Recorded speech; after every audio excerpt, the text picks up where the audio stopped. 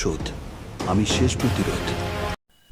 সাকিব খানের 2026 সালের অন্যতম আলোচিত সিনেমা হলো সোলজার। সিনেমাটি সম্পর্কে সাম্প্রতিক তথ্যগুলো আপনাদের কাছে নিয়ে আসলাম।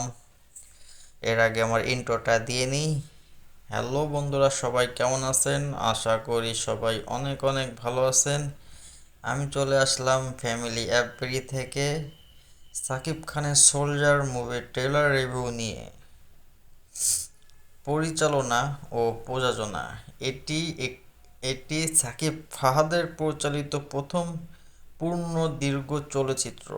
সিনেমাটি প্রযোজনা করেছেন Sun Music and Motion Pictures limited.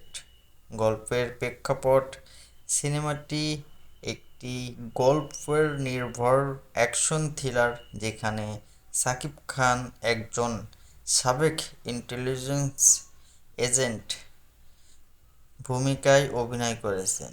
এর কাহিনীতে বর্তমান বাংলাদেশের অন্যতম প্রজন্মের সংগ্রাম ও প্রতিবাদের প্রতিফলন থাকবে। অভিনয় শিল্পী, সাকিব খানের বিপরীতে প্রথমবার অভিনয় করেছেন ছোট পর্দার জনপ্রিয় অভিনেত্রী তানজিন তিশা। এছাড়াও অভিনয় করেছেন জান্নাতুল ফেরদাউস ঐশী, এম সুমন, তৌকির আহমেদ এবং তারেক আনাম খান। মুক্তির তারিখ প্রাথমিকভাবে 2025 সালের ডিসেম্বর মুক্তির কথা থাকলেও বর্তমানে এটি 2026 সালের ঈদ উল ফিতর বা তার কাছাকাছি সময়ে মুক্তি পাওয়ার সম্ভাবনা রয়েছে।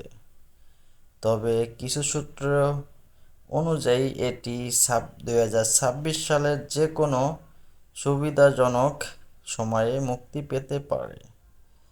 আচ্ছা, আমার একটা কথা আছে আপনাদের মধ্যে, যে বাংলাদেশের যে হলগুলো আছে বেশিরভাগটাই দেখি তো বন্ধ, তাহলে এসব মুভিগুলো চলে কোথায়?